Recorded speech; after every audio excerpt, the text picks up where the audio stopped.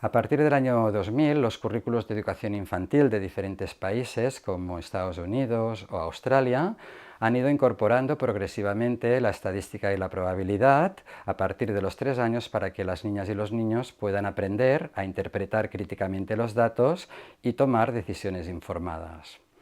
Un recurso que va muy bien para empezar a desarrollar esta alfabetización es plantear investigaciones estadísticas sencillas a partir de las distintas fases del ciclo de investigación estadística.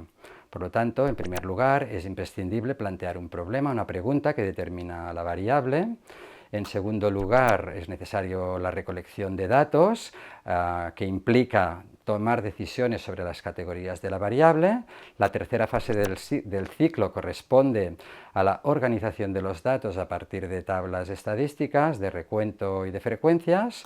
La cuarta fase corresponde a la representación a partir de gráficos concretos y finalmente la interpretación de los datos. Sin embargo, en la práctica escolar, el trabajo de la estadística se ha limitado a la representación de los datos, no dando la importancia que debería darse a las fases previas del ciclo de investigación.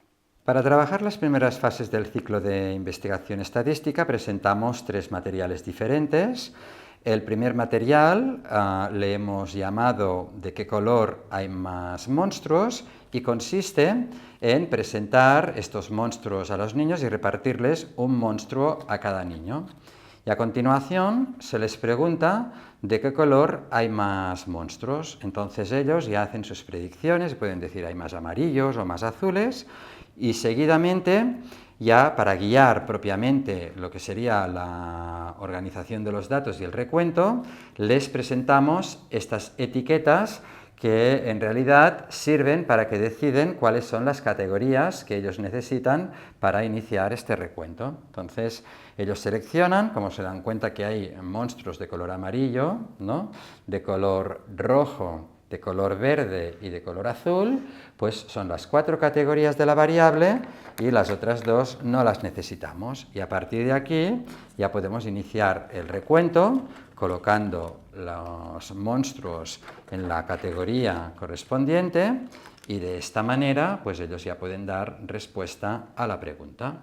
El segundo material sirve para trabajar la organización de los datos y concretamente para empezar a entender las características tanto estéticas como matemáticas de las tablas de recuento. Entonces consisten en unas cartas que hemos denominado cartas de tablas de recuento. Hay 4 colecciones de 10 cartas cada una, donde tenemos la distribución de los datos, luego tenemos una colección donde están las tarjetas con las tablas de recuento con elementos pictóricos y tenemos 2 colecciones más, una en disposición horizontal y otra en disposición vertical, donde utilizamos ya signos diferentes para hacer los recuentos. Entonces, la actividad consiste en repartir, por ejemplo, a 10 niños, pues estas tarjetas con los distintos datos y a 10 niños diferentes estas tarjetas con las tablas de recuento con elementos pictóricos.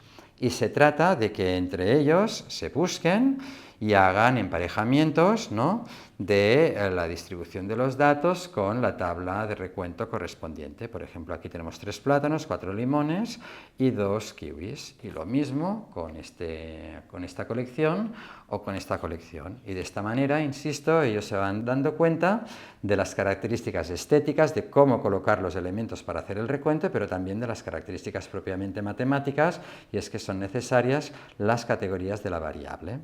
El tercer material sirve para trabajar la representación de los datos y concretamente para que se den cuenta de cuáles son las características matemáticas de un gráfico estadístico. Y es que debe tener en un eje las categorías de la variable y en otro eje el intervalo frecuencial. Entonces consiste en repartir a un grupo de niños pues las tablas propiamente con los datos, donde hay flores, hay pelotas y hay mariposas, y luego a otro grupo de niños pues los gráficos que corresponden a estos datos. Y se trata de que se busquen entre ellos, de que hagan parejas, de manera que se junten los niños que tienen unos datos con el gráfico correspondiente.